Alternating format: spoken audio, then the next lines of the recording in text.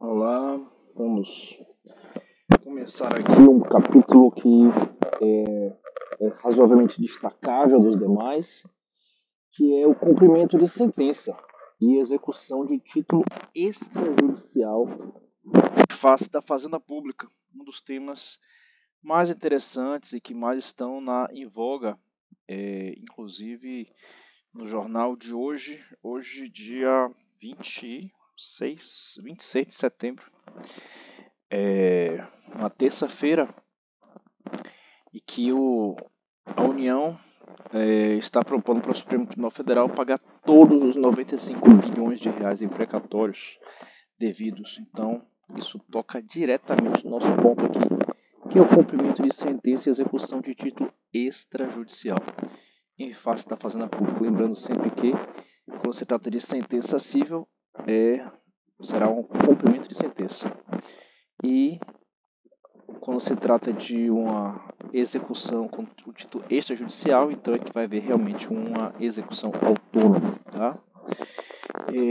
Então vamos lá. O que é uma fazenda pública, né? A fazenda pública, ela tem duas grandes conceituações. Uma na Constituição, no artigo 100, e outra na Resolução CNJ 303 de 2021, a qual incorpora a jurisprudência do Supremo Tribunal Federal, tá?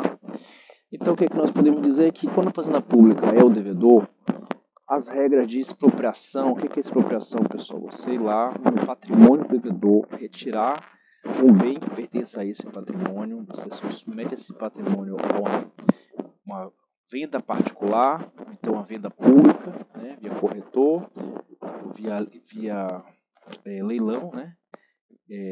Vai ter que ter um leiloeiro, ou então você vai fazer uma praça, né? Você vai ter que colocar esse imóvel, esse bem para a compra do maior lance, tá? Então, quando a fazenda pública é o devedor, ou seja, o contrário do credor, né? O particular é o credor e a fazenda pública é o devedor, ou então uma fazenda pública é credora e outra fazenda pública é a devedora, as regras de expropriação não têm aplicação. Você não vai conseguir pegar nada do bem da fazenda pública e levar à penhora. Você não vai pegar aquele bem e levar a leilão.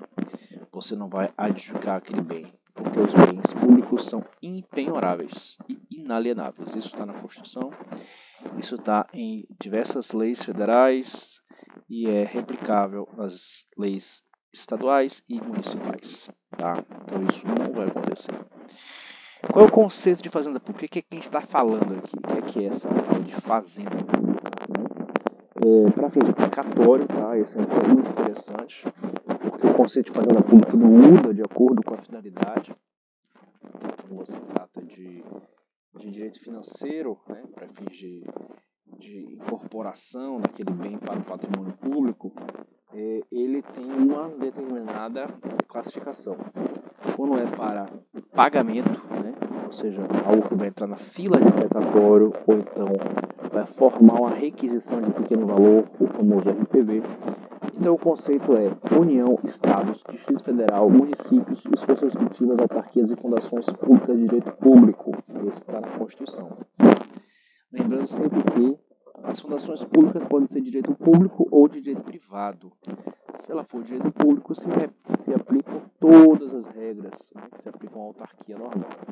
Quando a fundação pública é de direito privado, então ela não tem esse regime jurídico de direito público, é um regime jurídico de direito privado. É como se, na verdade, é uma fundação que tem um dinheiro público, mas ela é regida por todas as normas de direito privado, né? E qual é a incorporação aqui, pessoal, da jurisprudência, né? Ela vai dizer: a empresa pública e a sociedade mista que desempenhe a atividade de Estado cujo orçamento dependa do repasse de recursos públicos em regime não concorrencial e sem intuito primário de lucro. Qual é a parte mais importante disso aqui? A parte que diz em regime não concorrencial. Tá? Então, o grande ponto é que você pode ter serviços públicos que acabam não sendo exercidos nem pelo ente central, que seja o Estado ou o município, nem por uma autarquia sua, mas sim por uma empresa pública, né? No caso da Bahia, a Embasa, por exemplo, temos a Conder, Temos outros casos em que, no caso da Embasa, empresa pública, no caso da Condes, Sociedade de Economia Mista, que haja essa atribuição de um serviço público para uma pessoa jurídica que em tese não deveria exercer. Mas essa colocação fora do lugar, ela não altera o regime de precatório, ou seja, a água é uma finalidade fundamental, sim. Existe concorrência na Bahia para venda de água e saneamento? Não. Então, esse serviço é um serviço público e os débitos da Embasa vão ser pagos via autarquia, via precatório, né? Eles estão pagando o valor. E o ponto secundário é que não haja intuito primário de lucro. O que significa isso? Que pode até haver lucro, mas essa não é a finalidade primária daquela pessoa jurídica, que haja a formação de lucro. Tá? Qual é o próximo ponto, o ponto consequente? Que não se aplicam as regras de execução por quantia certa, não havendo adoção de medidas expropriatórias para satisfação do crédito, ou seja, a fazenda pública não é citada para pagar no prazo, como o particular é citado para pagar no prazo, em termos de multa. Ela é citada para apresentar defesa, querendo. Se não quiser apresentar defesa, aquilo ali já vai direto para a fila. Tá bom? Os pagamentos se submetem ao regime jurídico do artigo 100 da Constituição Federal em ordem cronológica de apresentação. Isso é verdade? Mas é uma verdade absoluta? Não. Por quê? Porque esses pagamentos que se submetem ao regime jurídico do artigo 100 da Constituição Federal em ordem cronológica de apresentação se referem exclusivamente a precatórios. E mesmo em precatórios existem várias filas. A fila do precatório comum, a fila do precatório como posso dizer, alimentar, e a fila do precatório super preferencial. Tá? Então são 3 grandes filas e dentro de cada fila dessa haverá uma ordem cronológica de apresentação. Qual é, então, o ponto que não está batendo perfeitamente quando eu digo que o pagamento se submete ao regime jurídico do artigo 100? Eu não falo de RPV. A RPV não está submetida ao regime de ordem cronológica de apresentação. Uma vez sendo emitida, ela não tem ordem, ela pode ser uma paga na frente da outra. E no prazo de até 60 dias para o pagamento, não há maior prejuízo para um credor que eventualmente por alguns dias, poucos dias, tenha sido preterido. Ele não vai ter direito a que o seu RPV seja pago na frente do outro. Tá? A execução contra a fazenda pública pode fundar-se em título judicial ou extrajudicial. Se for um título judicial, vai ser um cumprimento de sentença. Se for um título extrajudicial, vai então carregar uma execução autônoma. Quando for judicial, é o cumprimento de sentença contra a fazenda pública, o regime do artigo 534 e 535 do CPC. E quando é extrajudicial, disciplinado pelo artigo 910 do CPC. Ok, cumprimento de sentença contra a fazenda pública. O primeiro artigo, o primeiro regime que nós vimos aqui é o regime do 534 e 535. O cumprimento de sentença contra a fazenda pública há de ser requerido pelo exequente, a quem cabe apresentar memória de cálculo. Lembrando sempre que a memória de cálculo é o que, pessoal? É o cálculo que você tem que fazer para dizer exatamente o quanto você quer. Porque, vamos lembrar, a questão da liquidez. Tá? Toda vez que você pensar em execução, pense em liquidez, um número redondo. E para chegar nesse número redondo, é necessário que você explique como você chegou até ele através da memória de cálculo. Mas não é só isso. A memória de cálculo é um elemento imprescindível, mas não é o único elemento. Também temos nome completo, número de inscrição no CNPJ ou no CPF da pessoa que está executando aquele crédito. O índice de correção monetária adotado, aí sim, para informar a memória de cálculo. Os juros aplicados e respectivas taxas também vai informar a memória de cálculo. O termo inicial e o termo final dos juros da correção monetária utilizados também tem que estar ali na memória de cálculo, porque a parte município, estado, união, autarquia, nos casos específicos de pessoas jurídicas que estão em regime não concorrencial, também a sociedade de economia mista e a pessoa e a empresa pública, né, possam estar impugnando esses cálculos, né? E a periodicidade da capitalização de juros, se for o caso, e a especificação dos eventuais descontos obrigatórios realizados. Interessante essa redação, né? Eventuais descontos obrigatórios. Eventual tende a entender como algo facultativo, né? E obrigatório é obrigatório, mas o ponto é, quando o desconto é obrigatório, ele realmente acontece, mas não é sempre que há necessidade de um desconto obrigatório. Então, é realmente eventual desconto obrigatório. Vamos então ao próximo ponto, cumprimento de sentença, fazenda pública. Isso, professor, se aplica também para as obrigações de fazer, não fazer e dar coisa? Não, não se aplica ao regime de precatórios ou requisição de pequeno valor. Por quê? Porque ele se aplica apenas ao regime de dar dinheiro. Quando se trata de obrigação de fazer, não fazer e dar coisa diversa de dinheiro, se aplica a uma execução normal, exceto quando venha a haver uma conversão em perdas e danos e entre na parte de dar dinheiro, tá? Mas se for para o município fazer alguma coisa, não fazer alguma coisa, dar coisa diversa de dinheiro, não se aplica o regime de precatórios. É por isso que quando há uma imposição de um medicamento para a fazenda pública, município, estado, união, entregar para uma pessoa, isso não entra na fila de precatórios. Esse medicamento tem que ser comprado e entregue à pessoa e não vai ficar esperando ser colocado dinheiro dentro de um fundo específico para que pague lá na frente. Não, isso vai ser feito agora, a partir da decisão judicial. Nas obrigações de fazer, não fazer e dar coisas, se aplicam os regimes do CPC para tais cumprimentos de sentença. Claro. Para a determinada obrigação, se aplica o regime de processual adequado, né? O que nós chamamos de código substantivo, que é o Código Civil, que trata as obrigações de fazer, não fazer e dar coisa, e o Código Adjetivo, o Código de Ritos, que é o CPC.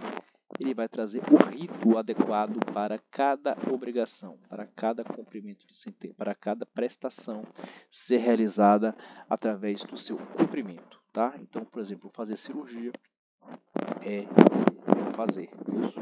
Se for a um município que faça cirurgia de determinada pessoa, não permitir poluição em determinado local, e dar medicamento. São 3 obrigações diferentes. Um é fazer, o outro é não fazer e o outro é dar coisa. Se a sentença condenatória em quantia contra a fazenda pública for ilíquida, deve ser objeto de liquidação. É somente depois ser executada. Os tipos de liquidação do CPC, procedimento comum e arbitramento se aplicam para processos que envolvam a fazenda pública. Na verdade, são desses dois únicos que existem. Os tipos de liquidação por procedimento comum e por arbitramento. Os dois já foram exaustivamente tratados por nós, lembrando sempre que não é necessário que haja o trânsito de julgado para que se inicie a liquidação. Você pode liquidar desde logo, a questão é que se houver algum pagamento que tem que ser feito logo da liquidação e depois haja nulidade ou a reforma substancial da decisão judicial, você vai ter que pagar o valor, certo? Toda execução é sobre responsabilidade objetiva do exequente. No cumprimento de sentença, a fazenda pública não é intimada para pagar, mas para apresentar impugnação querendo. Ela não precisa apresentar impugnação. A fazenda pública ela faz o que acha que deve. Qual é o ponto aqui, pessoal, que ela não pode fazer, passar por cima, é a fila de precatórios. Eu posso chegar na minha resposta como procurador do município de João Mangabeira e pagar a pessoa, realmente você deve, eu devo, tome aqui, R$500 mil. Não, porque R$500 mil já é um valor de precatório. Essa pessoa vai ter que entrar na fila, mesmo que o procurador do município, do estado da União, entenda que aqueles R$500 mil são devidos, ele simplesmente não oferece defesa, mas não pode determinar o pagamento, não pode requerer o pagamento imediato daquele valor, tá? E por isso, porque não há intimação para pagamento, não incide multa de 10%, ok? Proposta uma demanda contra a fazenda pública por mais de um autor, cada um deve apresentar seu próprio requerimento de cumprimento de sentença. Por que isso, pessoal? Porque a defesa é individual. Contra cada pessoa, porque cada um desses créditos vai gerar um precatório diferente, ou uma RPD diferente. Portanto, ela deve estar informada do seu demonstrativo de cálculo, não apresentada a impugnação, apresentada a julgada, a decisão que não admitiu ou rejeitar, deverá ser expedido o precatório ou RPV. Um dos pontos que havia muita controvérsia no CPC passado era se houvesse uma impugnação parcial. O que era feito em relação a isso? Se esperava até o final para só expedir o precatório. Então o Supremo Tribunal Federal, em sua sabedoria infinita e infindável, ele entendeu que se a impugnação fosse parcial, já haveria o precatório da parte não impugnada e outro precatório superamento da parte controversa, né, quando apresentasse o julgado. Então isso é entendido como uma partição de precatório legítimo, legal e dentro de toda a razoabilidade, e não poderia ser diferente.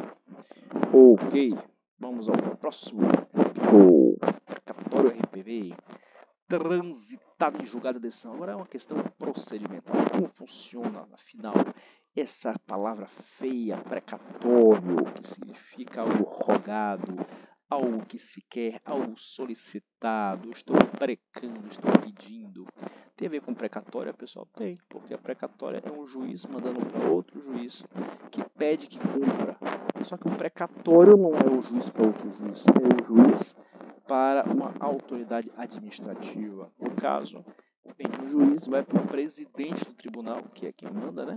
O presidente do tribunal, e ele aqui solicita essa verba para a União, Estado, município ou uma de suas autarquias, fundações públicas ou aqueles casos específicos que nós já vimos. Empresa pública ou sociedade de economia mista que exerça um regime não concorrencial e sem intuito de lucro, uma atividade que seja eminentemente pública.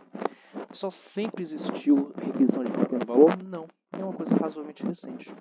Foi criado pela Emenda Constitucional 30 de 2000. Por quê? Porque já se entendia que alguma coisa devia ser feita para haver uma separação entre os precatórios de grande valor e os precatórios de pequeno valor, para que os precatórios de pequeno valor eles não ficassem esperando anos e anos e anos na fila. Então disse, não, esse aqui é pequeno, vamos pagar ele mais rápido, bora, tem qual é o valor? Não, X, não.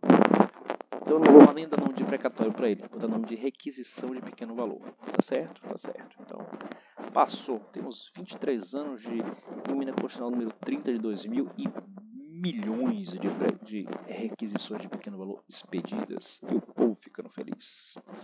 Emenda Constitucional 37 de 2002 estabeleceu por fim, após 2 anos de aguardamento e 7 emendas constitucionais, o que seria pequeno valor, ou seja, criou a emenda Constitucional 30 de 2000, o que seria a requisição de pequeno valor, mas ficou 2 anos no limbo. Afinal, o que é isso? O que é o pequeno valor? Então, a emenda Constitucional 37 de 2002 diz, olha, para os estados será 40 salários mínimos, para os municípios será 30 salários mínimos. E a Lei dos Juizados Especiais Federais, a Lei 10.259 de 2001, já havia fixado a RPV federal em 60 salários mínimos. Pessoal, é esse valor, 60 salários mínimos até hoje, não foi alterado. Tudo muda nesse país, mas não muda o teto de RPV federal em 60 salários mínimos. Então, veio uma grande revolução na Emenda Constitucional 62 de 2009, que mudou muita coisa, né, que se refere aos regimes especiais. Foi a base, praticamente, da Resolução CNJ 303, né, de 2021. Foi o que trouxe uma certa moralidade para o regime de precatórios e, ao mesmo tempo, trouxe muitas imoralidades para o regime de precatório. Mas, no que se refere à requisição de pequeno valor, permitiu que o ente público fixe por lei o que é pequeno valor, ou seja, quebra aquele paradigma estabelecido, município 30, estado 40. Disse, não, eles podem fixar o valor que eles quiserem, tá certo?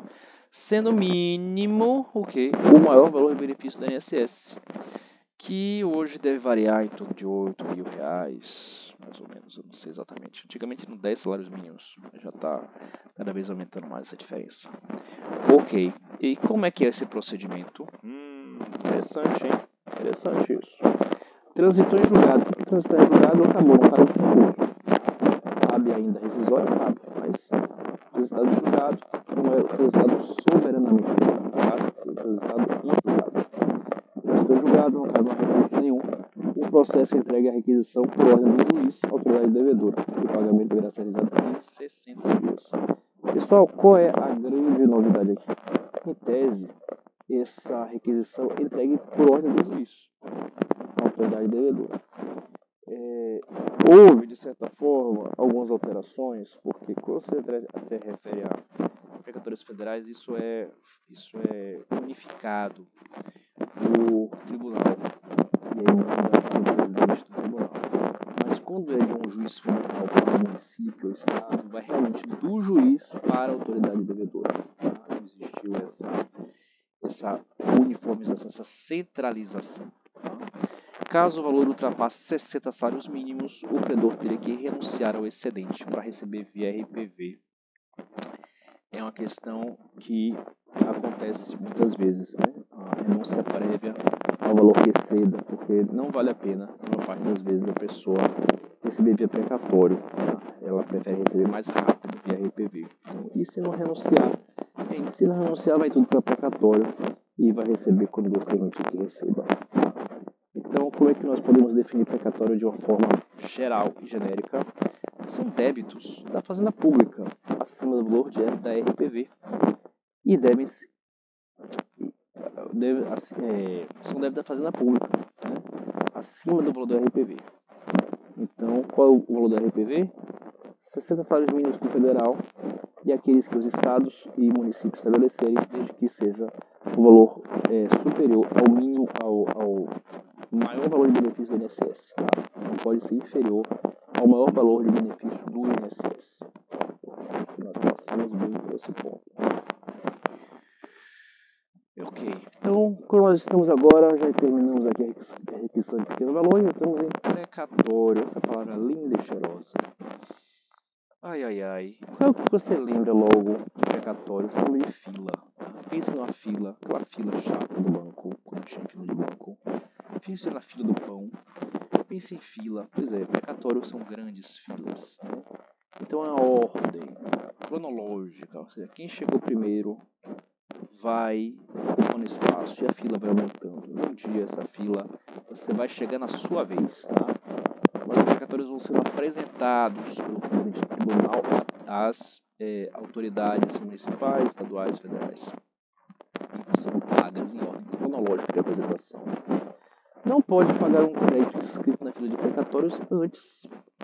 Não pode, porque eu não tenho nada. Não tenho precatório, não entrei na fila, posso ser pago antes dos outros? Não. Entendeu? Mas pode pular, o cara tá na minha frente e não vai pagar ele, vai pagar a mim, também não pode. Quais são os grandes princípios aqui, pessoal? Precisa da impessoalidade de uma via. Você imaginou se o prefeito pudesse pagar o precatório de quem ele quisesse, não pagar o precatório de quem ele não quisesse? Ia ficar uma bagunça, né? Ia ficar muito, muito complicado. Então, quando é que veio isso? Isso veio para moralizar. Isso veio lá em 1934, mais ou menos. Você trouxe essa ordem cronológica que não se fortaleceu muito o princípio da impessoalidade da economia. Como é que era antes disso? Havia muita advocacia administrativa para que um precatório fosse pago antes do outro. Quais são as exceções que podem quebrar essa fila, né? O chamado acordo direto. O que é um acordo direto? Bem, são os leilões. É feito um desconto por parte do credor. Senão eu aceito receber 40% a menos, tá? Do que eu teria direito, mas eu quero receber logo.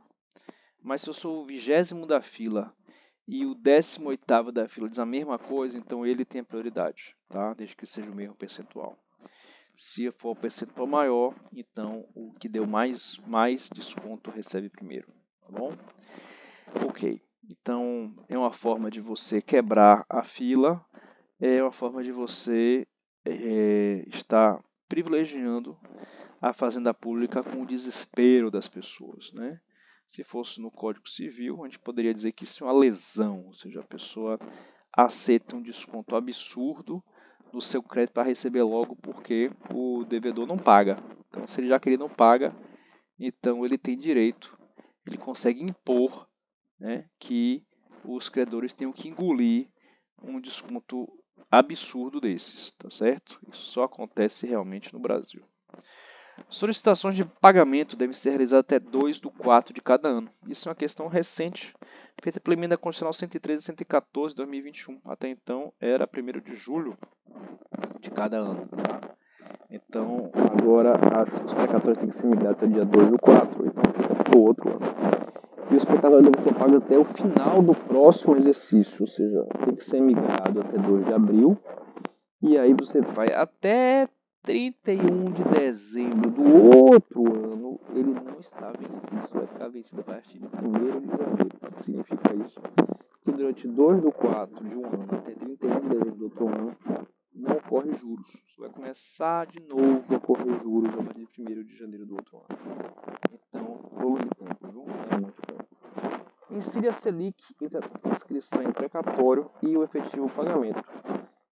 Isso também é algo estabelecido pelas emendas 113 e 114. Até então haviam vários regimes. O Superior Tribunal de Justiça tem uma decisão macro do ministro Luiz Felipe Salomão, no qual ele estabelece vários critérios, se a natureza do crédito é tributária, se é civil comum, se é trabalhista, se é servidor público, cada um tinha um índice e uma forma de ser corrigido.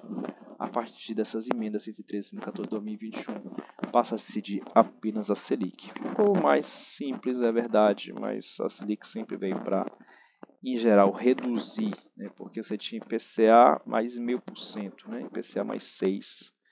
Então, geralmente IPCA mais 6%, ou então IPCA mais 12%, né? Se for 1% ao mês, ele dá mais do que a Selic. É uma forma de você reduzir o estoque de valores que a Fazenda Pública tem a pagar. Então, no cumprimento de sentença, a Fazenda Pública é intimada para, em 30 dias úteis, apresentar impugnação, se quiser. Essa é a sua defesa, a impugnação. Você vê grande quantidade de litisconsortes ativos, né? Muitos servidores executando uma sentença coletiva, isso acontece. Tá? Também acontece com aquelas ações de serviço público de Fundeb, né? Em que o Ministério Público Federal entrava em nome de vários municípios e depois cada um vai executar os valores que são devidos. Né? Então, se o juiz entender que compromete ou dificulta o cumprimento de sentença, então ele limita a quantidade de litisconsortes. Em geral, essa limitação é a número de 5. É o número cabalístico para o que se refere à limitação de quantidade de litisconsortes. Eu já ouvi falar também de 10, mas 5 é um número muito mais viável, né, do ponto de vista da execução, porque cada exequente ele luta pelo seu, né? Então isso atrapalha muito, mas é feito uma regra de 3, né? Se fosse ser também individual ia ficar demais. Então você consegue englobar cada 5 exequentes vai um processo e de alguma forma vai andar. A intimação é pessoal, ou seja, pode ser feita por carga, remessa eletrônica, mas você tem que ter o recebido ali da pessoa, do procurador, do município, do estado, da União, né? Advogado da União, procurador federal, procurador do Banco Central, né? Que se refere ao Banco Central, autarquia, Banco Central do Brasil. E eu já falei que todos são 4 carreiras da AGU. Banco Central, Procurador da Fazenda Nacional, Advogado da União e Procurador Federal. São essas coisas. A forma mais comum é o meio eletrônico, né? Considera-se o começo do prazo no dia útil, seguinte a consulta, né? Teor de intimação, ou ao término do prazo que a consulta ocorra. Vamos esclarecer melhor, pessoal, o que é isso, ficou meio confuso, né? É o seguinte, o começo do prazo é o dia seguinte a que o procurador consultou a intimação. Viu lá a intimação, pronto, vai começar amanhã, tá certo? Eu vi hoje, pronto, foi intimado, foi depositado, vai começar amanhã. Ou então não houve essa consulta, então o prazo não vai começar nunca, já que o procurador não viu, não.